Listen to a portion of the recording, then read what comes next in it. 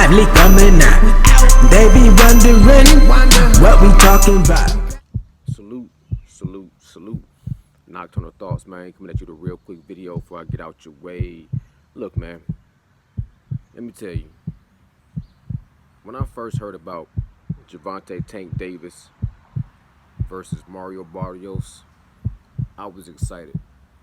I was very excited because I felt like this would be the first time I would see Gervonta Tank Davis fight against adversity, a tough fight, someone, you know what I'm saying, that was very close to 50-50, maybe even past 50-50, you know what I'm saying, where the odds were stacked against them.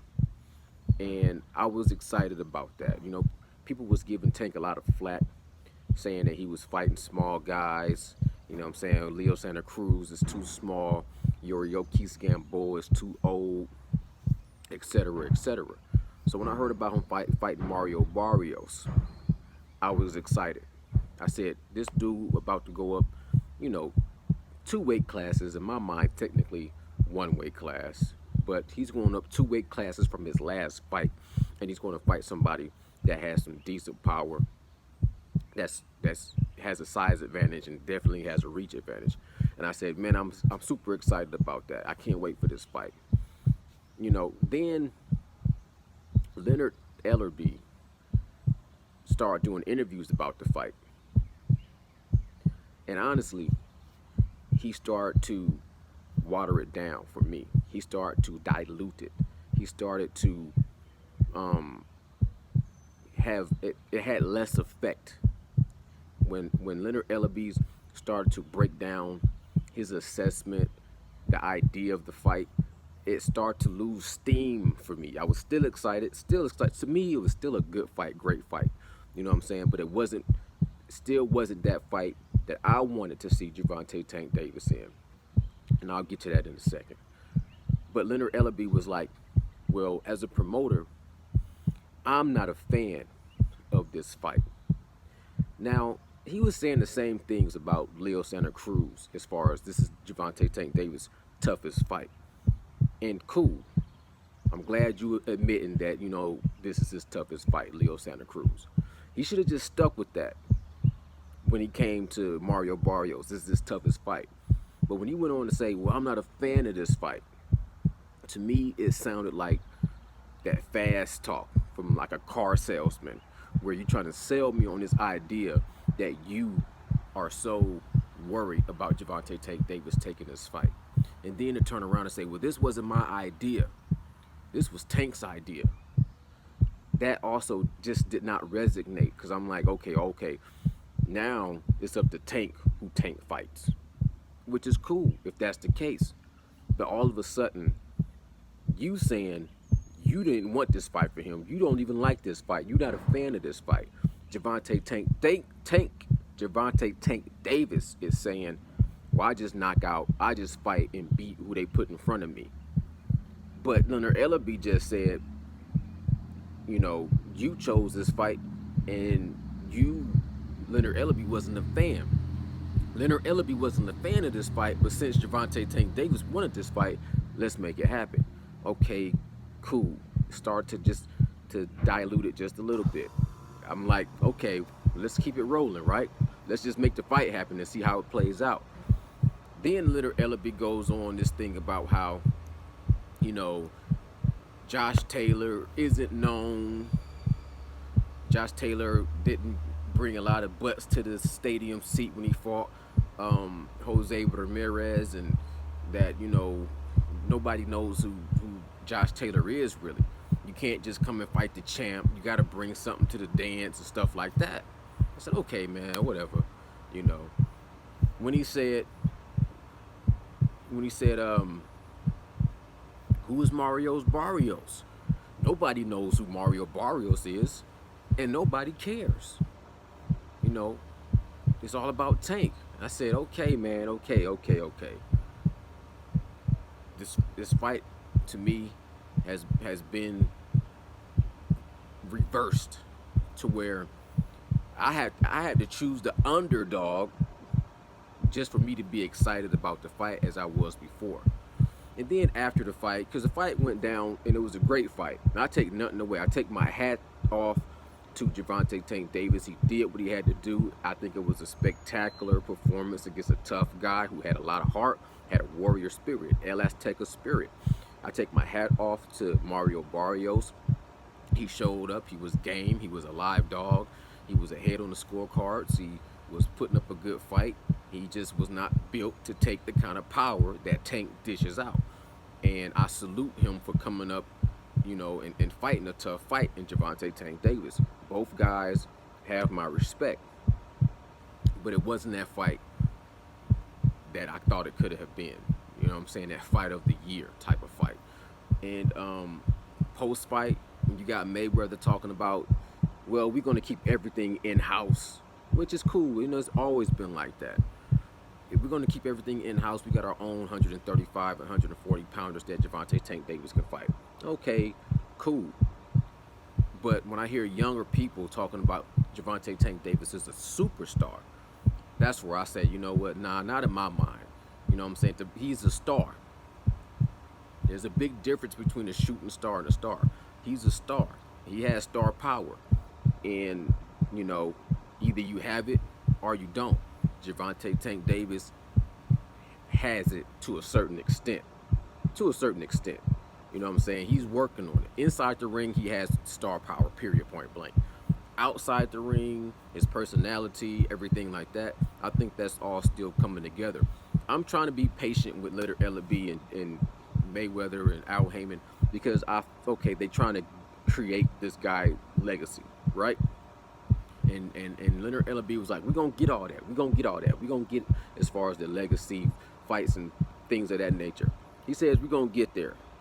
So I'm trying to be patient with him because I do like Gervonta Tank Davis and I pull for him to be successful as possible. You dig? But when you start getting my age and older, like blood is older, blood boxing, you start realizing that you've seen most of everything and you're starting to see most of everything twice. And the second time you see it, it's just not as impressive. You know what I'm saying? It's like nothing is new underneath the sun. So you're not going to just look at something you've seen before in awe. You know what I'm saying? Not going to be enamored by Tank power right now. That's cool. I love that Tank got that power. He's explosive. You know what I'm saying? But you're not going to just get enamored by it. Not as an older boxing fan. You done seen so many guys come and go. But what I'm talking about as far as a fight that cements you into stone or cements you into my mind as just when you go up against the odds, when you fight the fight that everybody, majority of people expects you to lose, and you find a way to be victorious. One of those fights for me that I remember was against Felix Trinidad versus the executioner, Bernard Hopkins. I'll never forget that fight.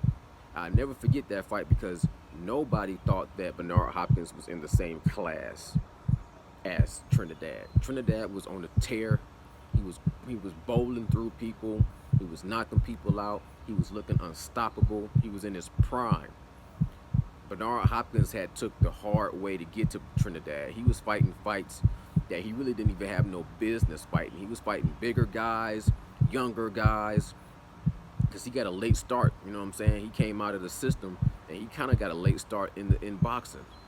And he was fighting tough fights for hardly no money. I remember he was just fighting on regular TV for free, and you know what I'm saying, his ring walks was generic. He had his executioner joint on, and he would come to the ring and most people would just write him off. He would be so crafty, and he just, you know what I'm saying, did what he had to do. He had to do dirty boxing sometimes. He had to turn your back to the referee and low blow you. He just did whatever he had to do. But when he came into the ring with Felix Trinidad, I said, man, Bernard Hopkins is gonna put on a clinic. They ain't ready for Bernard Hopkins. You know what I'm saying? and listening to the commentators have to eat crow halfway through the fight. If you listen to the commentators, they writ him off from round one, just like this is two different classes. You about to see Trinidad beat the brakes off of Bernard Hopkins. And by the middle of that fight, nobody, you had people trying to double talk and just was in awe of the performance they were seeing against Bernard Hopkins and Felix Trinidad. And the way he beat him and defeated him and dispatched him, to me, was what boxing is all about. And I'm not saying Gervonta Tank Davis has to fight Regis Prograis or Lomachenko or Teofimo Lopez or Devin Haney. Ryan Garcia is kind of a wild card. I'm not saying he has to fight Josh the Tartan Tornado. But I'm saying if he did, if Gervonta Tank Davis did get into the ring, into the square circle with the Tartan Tornado, and he wins that fight, in my mind, pound for pound, in today's time, then Gervonta Tank Davis, c'est la vie, such as life. That's a superstar. That's a mega star. He did the impossible. He did the unthinkable. He went up weight classes and fought the best of the best and defeated them in spectacular fashion. I think he could do it. I think he should at least shoot for that star. Shoot for that moon, and if you miss, you land with the stars. But that's just my thoughts. Let me know what y'all think in the comments below. Salute out to Tank. Salute out to Mario Barrio. Salute out to Lomachenko. Salute out to Masayoshi Nakatani. Great weekend of boxing. I appreciate you. This is Nocturnal Thoughts, man. Signing out. Salute. Bow.